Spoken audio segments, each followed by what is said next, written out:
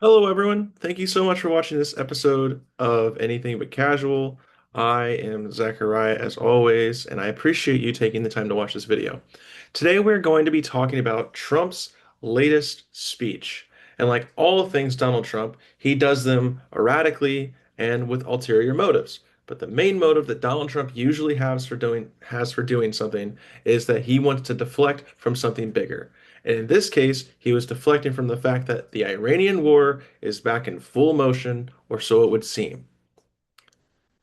While doing this, he was also, of course, trying to distract from the fact that his popularity is pretty bad. The economy is not going in a good direction. And he was also trying to undermine election integrity all at once. The speech itself, of course, claimed that the deep state, Barack Obama, Joe Biden, and China had worked against him in the 2020 election. China specifically was apparently trying to access voter data and manipulate the United States election.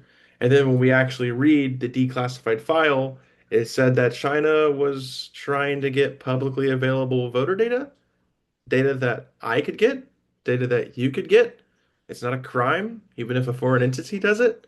I mean, Israel does it all the time, and we don't really seem to complain that much. But of course, while focusing on this, we have to ask ourselves a question of why did Trump choose China? Well, there was the evidence that China did actually try to look at publicly available voter data, but why didn't he go to his normal scapegoats, immigrants? Or he could have gone to Russia, like the liberal Democrats did for forever after his first term in 2016, and then even worse after the Ukraine war started. Well, Donald Trump chose China because China is the next big enemy. That's what we've been told for years and years and years. It's been in our pop culture, it's been in our political standing, it's been everywhere. China is the dual enemy of both Democrats and Republicans. Even moderates could hear Donald Trump say this, and some of them might have even believed him. The facts are on what China did and did not do. What they did do for sure is they access publicly available voter data. You can buy it or you can just get it, one way or another. What China did not do was try to interfere with an election. Even the declassified files that Trump used as evidence for this said that China did possibly, maybe consider to get involved in an election and then thought better of it. China doesn't really have any reason to get involved with our politics. They're doing just fine, and quite frankly, their little game of being the most powerful economy in the entire world and continuing to grow, albeit more slowly as of late, while watching the United States dwindle in these wars and continue to show that its military really isn't what it used to be, while also showing that public faith in the United States government from its citizen population is also going, kind of shows China they don't really need to do anything at all if they wanted to do anything malicious. They just have to wait. The Iranian war has pushed a lot of the Middle East towards China already. Iran was also already sending oil and large amounts of it to China before and during this war to kind of get away from the harsh sanctions that the United States has placed on it. Of course, when talking with Iran, we have to talk about the biggest deflection from this speech, which is we're very clearly back at war with Iran. Iran has closed the Strait of Hormuz again. The United States has implemented a naval blockade again, originally with the idea that people were going to have to pay a 20% tariff to get through the Strait of Hormuz, with the United States under controlling it. That quickly got talked back. And Iran still saying we'll control the Strait of Hormuz. We're still more than willing to discuss things and to go and to negotiate and to get back to the MOU into a full ceasefire and then discuss where we need to be. But you have to stop attacking us and you have to stop committing acts of war. The United States isn't going to do this. There's deflection from the fact that the United States is committing war crimes every single day in Iran. I mean, since the beginning of this war, when the United States attacked a girls' school in Minab, killing over 100 children, a wrestling slash volleyball international arena, civilian homes, Now, this last week, the United States attacked more civilian homes, desalination plants, road infrastructure, and a hospital with cancer patients. There's photos all over the place of cancer patients running away as the United States bombs a hospital. Of course, this is not anything the United States is not used to. Iraq, Afghanistan, Sudan, Libya, Vietnam. The list goes on and on of the United States attacking and destroying civilian infrastructure. But Donald Trump doesn't want you to be talking about that. And the Western media doesn't want you to be talking about that. The Western media wants to ask questions like, is this war affordable? Can we win this war? What are the economic costs? But when it comes to the morality and the horrors that are being committed by this war, the Western media is not going to touch that. And Donald Trump doesn't want to touch that either. It's why he's deflected every question on the Manob School.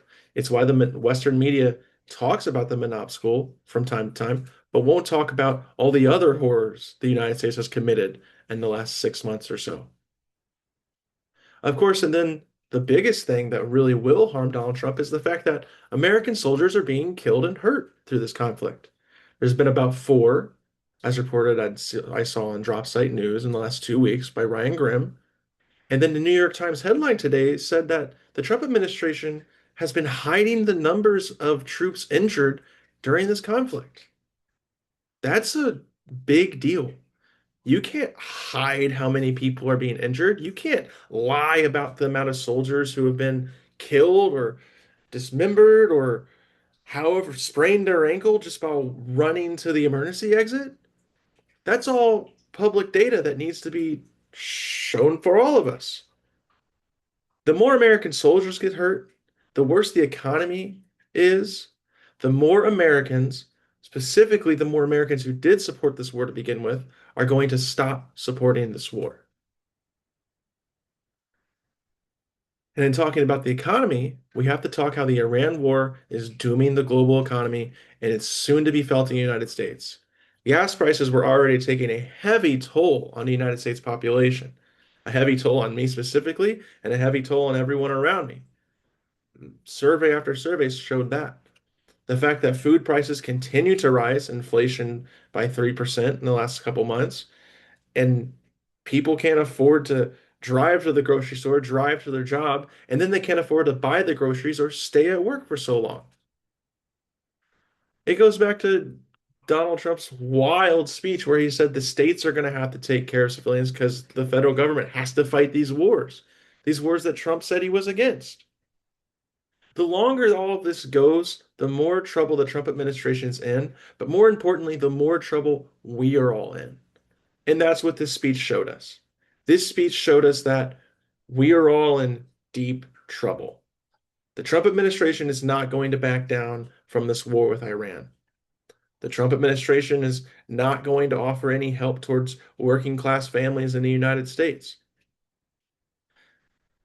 No matter how unpopular he gets, Donald Trump is going to try to do what he wants to do. And because the Republicans are fully under his control and a good deal of Democrats are as well, Donald Trump's going to continue to do it. When he was attacking elections in this speech and he was trying to undermine integrity, he may have actually been doing what a lot of the liberal class would like you to think. He may have actually been trying to have another January 6th moment. He may have been trying to say, don't have faith in these elections, or when Republicans lose the House or the Senate or both, as happens in every single president's term, it's not going to be legitimate. He may have been doing that. But really, what he was doing was what Trump does best. He was saying, the big problem over there is not what you need to think about. The big problem is right here. And it turns out it's not really a problem at all. The Iranian war, the economy getting worse, working class families being left out to dry, that's going to continue to get worse and worse and worse. We need to unify. We need to organize labor. We need to organize our neighborhoods. And we need to stop all this bickering about cultural issues. And we need to realize that we have to organize on a class basis and make sure that this stuff stops because we are hurling towards destruction. Thank you so much for watching this video. I'm Zachariah with Anything But Casual. The first link in the description below is a link to where you can help Palestinians. There's still a genocide ongoing in Gaza. You may or may not have heard that Israel actually killed 14 Gazans over the last week, including at a funeral procession, which is something the IDF likes to brag about doing. And the second link in the description is going to be towards helping Cuba. The United States has a illegal and evil blockade on Cuba right now, leading to blackouts countrywide for the small island nation and food resources dwindling. And it's a terrible thing. And you should also help to donate. If you can't donate actual money, then there are ways you can help out otherwise in those links to the description as well. The third link will be to my Substack. I recently wrote an article about how Israel is not setting the moral standard, Israel is just following the moral standard. And also tonight, I'm going to be releasing another article, a short article, just documenting that Iran is not the monsters. I would personally argue that the United States' actions towards Iran are actually make the United States government the monsters as of right now, and as of honestly throughout the last couple hundred years.